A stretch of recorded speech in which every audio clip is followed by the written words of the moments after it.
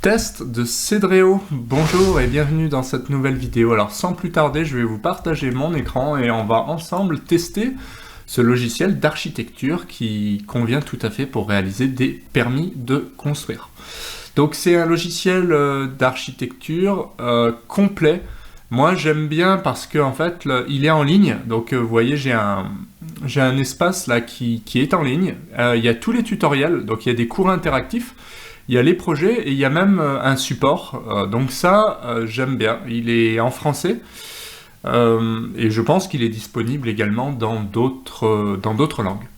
Alors les points forts de Cedreo, c'est effectivement la capacité de créer des projets avec des rendus ultra réalistes, ce qu'il manque sur souvent des projets, des possibilités de faire toutes les vues, de faire tourner avec le soleil, etc. Enfin, c'est ultra complet, surtout avec des terrains compliqués. Et ben, ça peut être modélisé. Donc, ce que je vous propose, c'est que on va essayer de créer un premier projet. Donc moi, j'ai regardé quelques tutos hier, je ne l'ai jamais utilisé, donc je vais cliquer directement sur créer mon premier projet.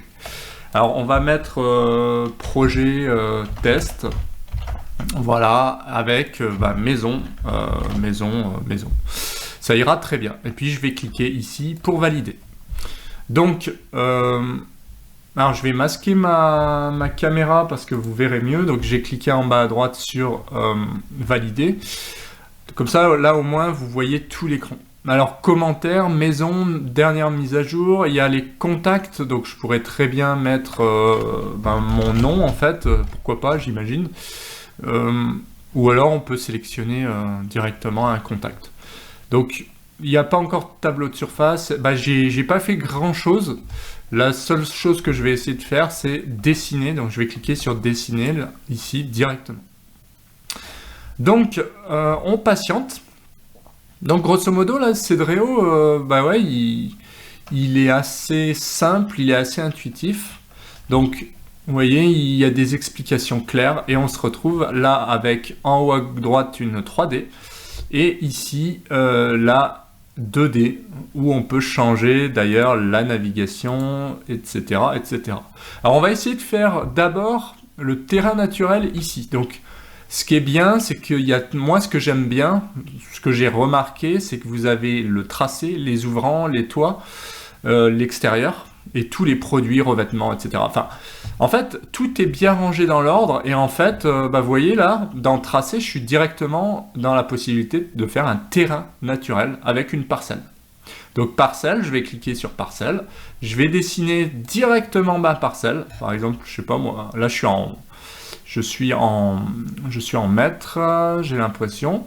Donc vous voyez, il y a une sorte d'accrochage qui me montre que là, je peux aller tout droit. Donc je vais faire un terrain assez droit à 21,51. Ensuite, je vais me mettre par là. Et ensuite, je vais me mettre par ici. Donc ça, ce sera en fait ma parcelle. Et puis pour valider, je vais faire clic droit. Alors je ne sais pas comment je peux valider, peut-être en recliquant sur le premier point, je ne sais pas. Alors, tac, revenir en sélection. Donc on va essayer de cliquer là pour voir. Donc entrée non, espace non. Donc je sais pas, je vais recommencer. Donc parcelle.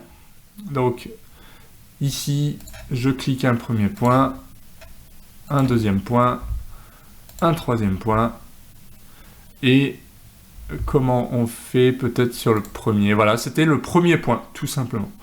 Donc parcelle 1, il me met la surface ici, donc ça c'est plutôt intéressant, et si évidemment je modifie ma parcelle, vous voyez que la surface est automatiquement modifiée. Je recommence, voilà, automatiquement, là j'ai une parcelle de 700 mètres carrés, ce qui est pas mal, et j'ai ma 3D ici où je peux tourner. Donc une fois qu'on a délimité son terrain, on peut faire des lignes d'élévation pour faire un terrain plus ou moins... voilà, on va essayer. Donc ligne d'élévation, je vais faire 0, tac. Donc voilà, on va essayer de faire un terrain un peu biscornu comme ça. Ok, Donc je vais cliquer ici. Donc pour valider, j'ai cliqué mon dernier point. Voilà. Et en fait, ce que je peux faire, c'est mettre des points. Et vous voyez, l'élévation, je peux mettre moins 1 mètre ici. Je ne sais pas si je vais le voir. Voilà, ajouter un point. Tac. Donc là, je suis à moins 1 mètre, visiblement. Et puis là, on va voir, on va rajouter plus 1. Ajouter un point. Donc là, on va voir ce que ça peut donner. Voilà, donc on essaye, hein, on essaye de dessiner des choses comme ça. Et puis, donc ça, c'est au niveau du terrain. Donc grosso modo, on peut vraiment faire pas mal de choses. Vous voyez, je vais me mettre à 1,50 m, je vais redessiner des choses comme ça pour voir ce que ça donne. Et je valide là, tac. Voilà, on verra ce que ça peut donner. Ensuite, eh ben, je vais dessiner des murs en cliquant là. Donc je vais faire des murs directement. Voilà, donc je me mets dans mur. Rez-de-chaussée. Voilà. Donc là, vous voyez, j'étais sur le terrain à ce niveau-là. Ben, maintenant, je me mets en rez-de-chaussée pour commencer à dessiner en fait les murs de ma maison. Donc, murs, on va faire des murs d'épaisseur 20 cm. Vous voyez là, j'ai le nom de l'étage, j'ai la hauteur sur plafond, donc j'ai quelque chose de très visuel. Moi, ça me plaît bien ça. L'épaisseur du plafond en centimètres, je vais mettre 20. L'épaisseur du sol fini, je vais me laisser 7. Et l'épaisseur de la dalle, je vais mettre plutôt 16. Voilà. Donc j'ai 16 ici. Ouais, c'est vrai qu'une dalle, on pourrait laisser 15. Par contre, en haut, bah, tout dépend de ce que vous avez. Si c'est du bois, effectivement, ce sera peut-être 10, mais moi, je vais laisser 20. Je vais dire que c'est du béton. Puis là, je vais quand même mettre 16 cm. Voilà. Et puis là, je trace mes murs de 20, ici. Et donc, comme d'habitude, il peut reconnaître le point d'accroche. Donc, je fais quelque chose de droit. Ensuite, je mets un mur qui fait 7,48 là. Je retourne ici, il reconnaît le point de départ et j'ai juste à valider ici. Voilà, donc c'est assez simple et vous voyez que la 3D, bah, automatiquement, elle est faite. Alors mon terrain, il n'est pas tout à fait droit, vous le voyez, il est un peu biscornu, c'est plutôt pas mal. Donc en fait, les lignes de terrain, si je retourne sur le terrain naturel, vous voyez, je me remets en terrain. Et ben en fait, si je veux faire un terrain biscornu, pareil, je vais refaire des lignes d'élévation que je mets cette fois-ci à, je sais pas moi, 1 mètre. Voilà, 1 mètre, j'aurai des lignes un peu tordues ici. Je valide, tac, et j'ai un terrain, vous voyez, qui est tout bosselé. Enfin, il est un peu bizarroïde, mon terrain. Donc, il est à la fois tordu comme ça, et il est à la fois tordu comme ça. On va en rajouter de l'autre côté à 0,5, histoire de ne pas faire trop de hauteur. Voilà. Alors, je maîtrise pas... Vous voyez, c'est la première fois que je l'utilise, et pourtant, j'arrive à faire déjà quelque chose de sympa. On voit par rapport au décaissé là, du terrain, on peut modéliser facilement son terrain. Donc ça, c'est plutôt bien. Ensuite, je vais continuer, donc je repasse ici en rez-de-chaussée, et je vais refaire mes murs, donc murs extérieurs. Alors, il y a les types de pièces. On peut faire, par exemple, des cloisons fictives. Là, j'ai qu'une pièce, mais si je veux faire une cloison fictive, ça peut délimiter, par exemple, ici, une cloison fictive, ça peut être ça, pour la cuisine. Donc ça serait une cuisine comme ça, ouverte, voilà. Pièce 2, je clique dessus, on peut lui dire, on peut choisir une pièce, type de pièce, donc vous voyez, ça peut être par exemple cuisine, donc cuisine, où est-ce qu'elle est cuisine, donc je fais mon choix ici et je clique là. Automatiquement j'ai une cuisine avec la possibilité de renommer ici, et avec la possibilité donc de changer aussi un certain nombre de choses à ce niveau-là. Voilà, puis ça c'est vraiment une cloison fictive, donc vous voyez, elle n'apparaît pas sur ma 3D. Il n'y a pas de mur séparatif. Donc ça peut être cuisine, salon, voilà. Donc supposons que je refasse là un mur cloison fictive, cette partie-là, ça peut être la partie salon, salle à manger. Donc je retourne dans type de pièce et je prends à côté de la cuisine, Qu'est-ce qu'il y a? Chambre, buanderie, balcon, atelier, on va voir ce qu'il y a là-bas. Grenier, jardin, local technique, placard, ok. Salle de bain. Alors je l'ai peut-être loupé, mais voilà, en fait, on va choisir ce qui se rapproche le plus. Tac, balcon, atelier, chambre, ça c'est marrant. Dressing, entrée, bon, ça peut être, je peux prendre entrée par exemple, ou quelque chose comme ça. Alors je sais pas si là on peut faire une recherche, parce que souvent on peut rechercher, mais bon, voilà. Donc on va prendre quelque chose, pièce de vie par exemple, pièce de vie, pourquoi pas. Donc je clique et je dis que ça c'est une pièce de vie. Bah, pièce de vie, on peut l'appeler par exemple salon, hein, ou salle à manger, c'est pas un problème. Salle à manger, voilà. Et là, il me met salle à manger, tout simplement. Donc cuisine, salle à manger, voilà. Donc ensuite, on peut faire des vraies cloisons.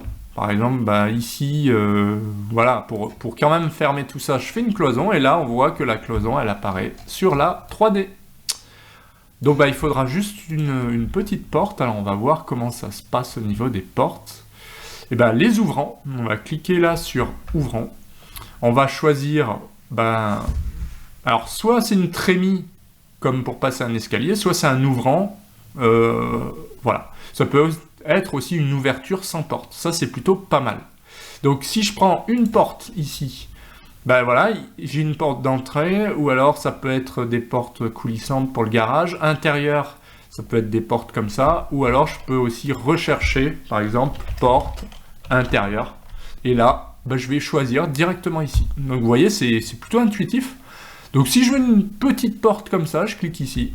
Et ma porte, automatiquement, je la place où je veux, donc du bon côté, et tac, je valide. Ensuite, je peux encore changer la largeur, par exemple 83. Voilà, vous voyez, tout de suite les codes se mettent à jour, et ça, c'est vraiment du confort. C'est-à-dire que ben, j'ai rien à faire. Il m'a mis la cuisine fictive ici. J'ai possibilité d'afficher, je pense, des cotations, si je sélectionne. Voilà, en tout cas, je peux faire vraiment pas mal de choses. J'ai des options. J'ai ici la possibilité de changer le type de poignée. Par exemple, bah, on va zoomer là sur la... Voilà. Bon, vous voyez, je connais pas l'outil, et pourtant, au niveau navigation, ça a l'air vraiment d'être très, très simple. Voilà, juste faire de la rotation avec le clic, juste zoomer avec la molette, et on peut faire du panoramique en laissant appuyer sur la molette. Et là, je bouge directement en panoramique. Et vous voyez, je vois ma poignée. Donc si je clique une autre poignée, tout de suite, elle change de couleur. Et voilà. Plutôt pas mal, hein. Donc je clique ici, et puis on essaye en fait le... Bah voilà, celle-là par exemple, elle est pas mal. Celle-là ou celle-là, ouais, ça peut être sympa. Celle-là, j'aime bien. Donc je choisis celle-ci, directement. Donc j'ai une poignée, vous voyez, la caméra, elle est ici, et je peux même la bouger directement. Donc, je peux me mettre ici, tac, et je peux bouger aussi le point de vue. Voilà. Donc il y a plein de navigations possibles, et ça c'est super intuitif. C'est la première fois que je le teste, et vraiment c'est une bonne surprise.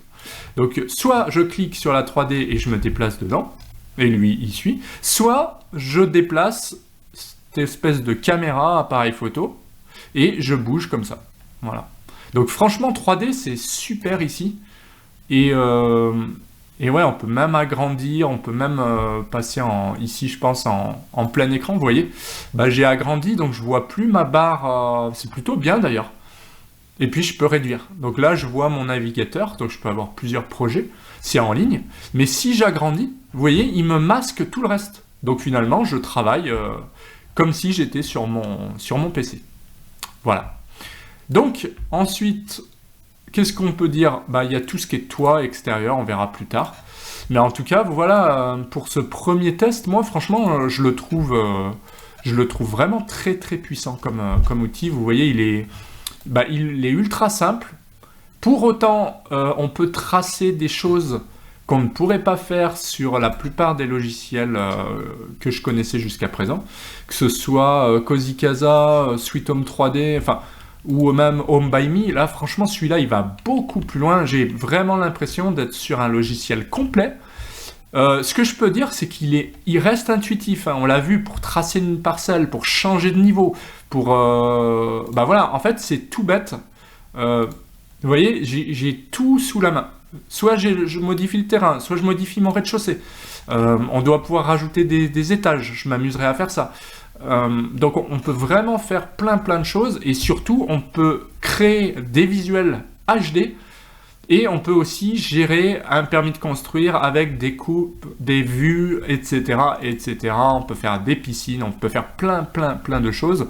Et encore, j'ai pas testé tous les produits, mais des produits, vous voyez, il y en a plein, que ce soit pour le salon, les meubles télé. Par exemple, si je tape ici TV, eh ben, il va m'afficher toutes les télés. Voilà, donc je peux mettre un meuble télé ou un truc comme ça directement en cliquant, et je le mets sur mon projet. Voilà. Et vous voyez, la qualité de la chose, c'est impressionnant. Et au niveau du déplacement, c'est très intuitif. Il reconnaît le mur. Là, il est plaqué au mur. Et si je vais plus loin, bien sûr, il va me le mettre plus loin. D'accord ? Donc, je ne suis pas limité.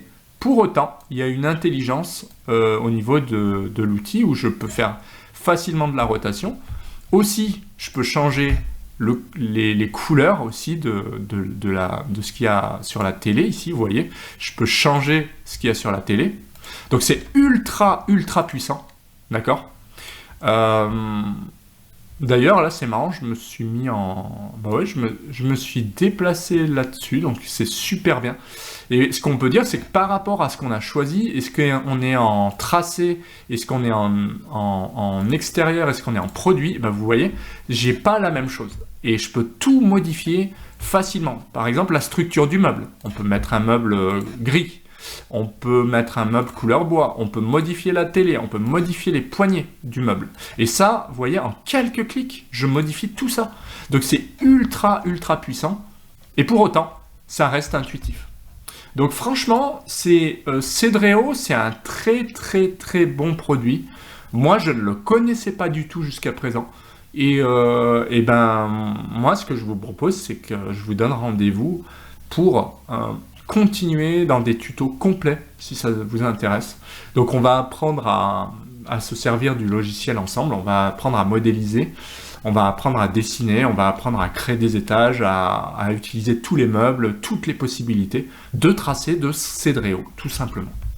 Voilà ce qu'on pouvait dire pour ce premier test. En tout cas, bah, prenez soin de vous et puis à bientôt pour les prochains tutos. Allez, et puis, ouais, important, pensez aussi à vous abonner à la chaîne, à mettre un petit pouce bleu, ça m'aidera. Pensez à suivre, c'est de ce côté, les formations et outils. Pensez aussi à suivre les cours que je propose. Et bah, je vous dis à bientôt pour d'autres tutos. Prenez soin de vous. Ciao!